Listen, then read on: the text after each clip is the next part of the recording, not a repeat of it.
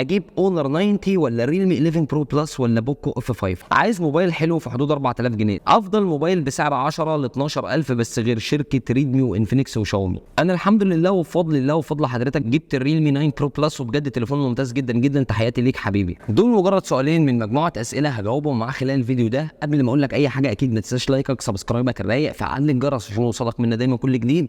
واكيد لو عندك اي سؤال تحت الفيديو في كومنت وسيب سؤالك عشان كل الناس اللي موجوده تستفاد. اكيد في 76% من المتابعين مش مشتركين في القناه، فانزل اشترك، فعل الجرس عشان نوصل 100,000 خلال السنه دي باذن الله. طولنا قوي، احنا بقالنا تقريبا 4 سنين على اليوتيوب، فاتمنى السنه دي باذن الله تكون ختامها مسك. وكالعاده خلينا نخش في تفاصيل الفيديو ونبدا مع اول سؤال.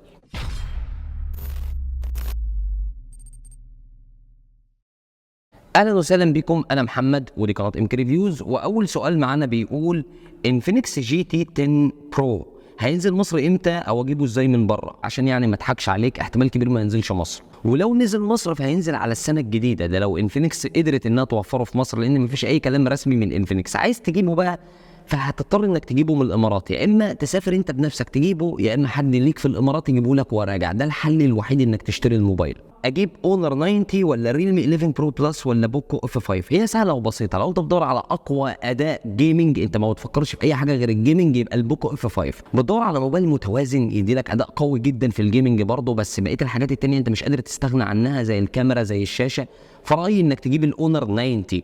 اما الريلمي 11 برو بلس فرايي انه يتنافس مع الموبايلات اللي اقل من كده، لا ينفع يتنافس مع البوكو اف 5 ولا ينفع يتنافس مع الاونر 90. لو سمحت، انا عندي قناه يوتيوب مهم جدا تصوير ومساحه، ايه رايك في سامسونج اي 23؟ اخترته عشان سعره مناسب ووسط بالنسبه ليا، ارجو الرد.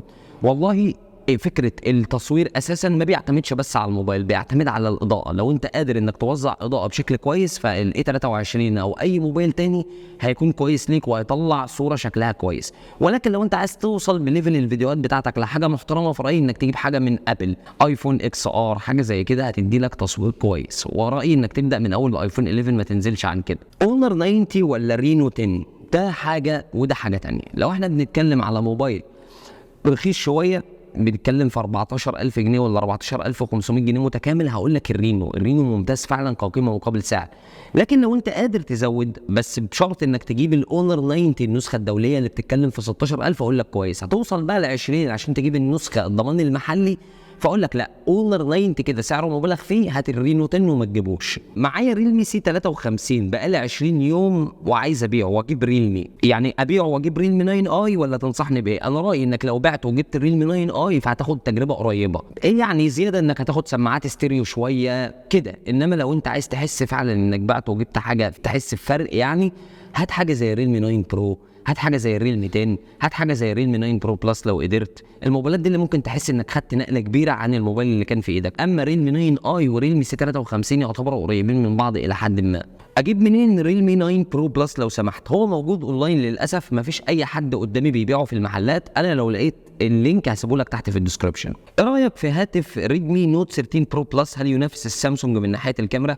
والله هو موبايل كويس لحد الان، وكل الناس اللي قدرت تجيبه وتراجعه قال عليه انه محترم جدا وان كاميراته كويسه وكده. ولكن انا من وجهه نظري الشخصيه، شركه شاومي ما بتعملش معالجه زي سامسونج. يعني افضل شركتين بيعجبوني في معالجه الصور هم اوبو وسامسونج بالنسبه للشركات المتوفره في مصر، طبعا بعيدا عن شركه جوجل لانها مش متوفره في مصر. لكن شاومي بعتبرها من الشركات اللي وسط في تجربه الكاميرات، ما بتكونش افضل حاجه. ارقام كتير كتير كتير، بس التجربه الفعليه فعلا هتلاقيها في سامسونج وفي اوبو احسن. ما هو رايك بالسامسونج 14 4G؟ لو بنتكلم في فئه 4000 اخر 4000 شغال، لا هتخش لي بقى في 5500 5400 هقول لك لا تماما لا يستحق الشراء. لو سمحت، اوبو رينو 10 برو احسن او اونر 90؟ لا، الاونر 90 افضل بالنسبه لي الصراحه. الاوبو رينو 10 برو قفلني منه بسبب ان موبايل بالسعر المبالغ فيه ده وبيجي بسماعات مونو، يعني هو سعره اغلى بشويه حلوين كمان من الاونر 90، والاونر 90 المعالج اللي فيه يعتبر احسن. هل في فرق كبير بين ال 34 وال 54؟ وانا عايز كاميرا كويسه ولا اوفر واجيب ال 34؟ ولو في افضل منهم لحد 15000 جنيه ممكن تقول لي. رايي انك لا، لو انت عايز كاميرا كويسه وفر وهات ال 34، لان الفرق مش كبير قوي للدرجه. ايه 54 128 ب 1460 دولار ليه؟ يعني حوالي 285 دولار. يعتبر صفقه جيده، يعتبر صفقه كويسه جدا جدا جدا بالسعر ده.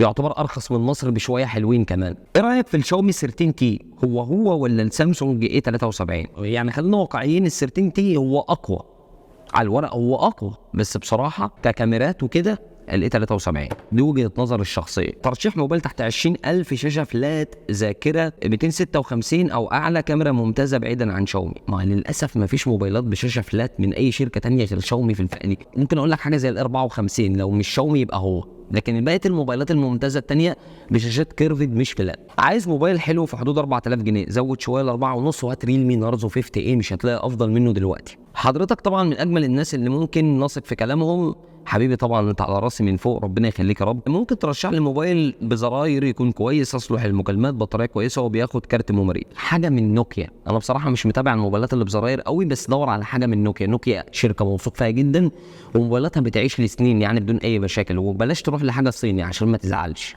سامسونج 54 ولا ايفون 11 عاش على المحتوى الجامد؟ ده موبايل وده موبايل تاني، يعني ده حاجه وده حاجه، ده موبايل فئه متوسطه وده فلاج شيب قديم. بس خليني اقول لك الخلاصه، لو انت بتاع تصوير فيديو الايفون 11 كفخامه تصميم بقى وتصوير فيديو كده.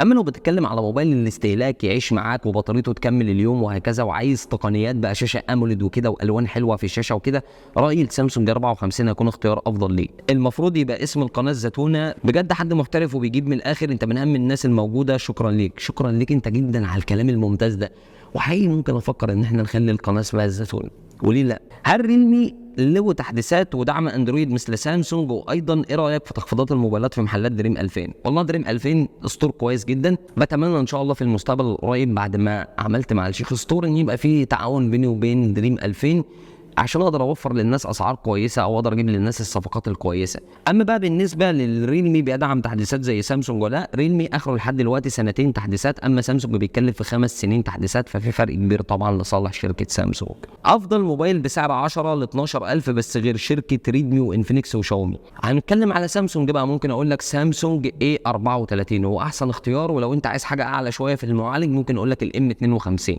السلام عليكم ورحمه الله وبركاته. لو سمحت يا محمد، عايز موبايل احسن حاجه فيه الشبكه تكون قويه جدا، ويا ريت الشاشه تكون كبيره شويه. ممكن اقول لك حاجه فئه 7 مثلا زي الاوبو اي 78، حاجه من اوبو فشبكتها بتكون قويه. ولو انت برضو في دماغك سعر معين انت عايزه اكتبه لي تحت في الكومنت وانا اقول لك موبايل في السعر اللي انت عايزه. انا الحمد لله وبفضل الله وفضل حضرتك جبت الريلمي 9 برو بلس، وبجد تليفون ممتاز جدا جدا، تحياتي ليك حبيبي. طبعا انا كل الكومنتس دي بتفرحني، اي حد بيروح يجيب اي موبايل انا قلت عليه هو بيديني بعد كده انه اتبسط معاه في التجربه، بكون مبسوط جدا جدا، وبحس ان انا دايما عند حسن ظنكم. فيا رب دايما افضل عند حسن ظنكم، ودايما افضل اقدم لكم كل الموبايلات الكويسه اللي تستاهل فعلا فلوسكم. رايك في انفينكس هوت 30؟ رأيي فيه موبايل كويس كمواصفات على ورق، ولكن للاسف انا مش قادر اجيب الموبايل ولا اجربه عشان اقدر اقول وجهه نظري فيه. واكيد طبعا ما تنساش في اخر الفيديو لايكك، سبسكرايبك رايق، وفعل الجرس عشان يوصلك مننا دايما كل جديد، وكالعاده انتظرني فيديو جديد. سلام.